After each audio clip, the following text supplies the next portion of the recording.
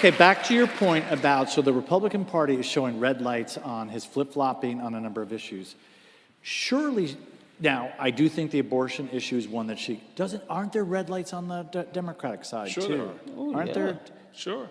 Doesn't she have as many policy red lights as he does at this Absolutely. point? First of all, the economy. Exactly. I mean, That's that's where- why today the vice president is addressing that issue. She's addressing about affordability. She's talking about housing, giving people $25,000 down payment. Not in D.C. I don't know if that'll get you much, but that'll get you somewhere. The point I'm making is that she has to address these issues. 'Cause look, we forget that we came out of the pandemic and we were in a lot of trouble, a lot of hurt, a lot of pain. Right. Unemployment had soared up to 14%. Right. Businesses had shut down.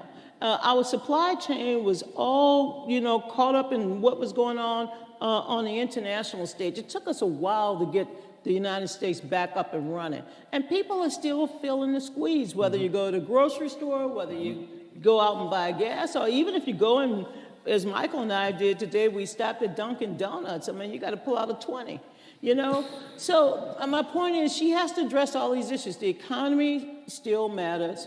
Voters want to hear answers. They're feeling the squeeze. And look, let's be honest. And this is what I tell people about the Trump voters. I don't go around talking about the Trump voters as vile or anything like that. They're my fellow Americans, right? We disagree on the issues.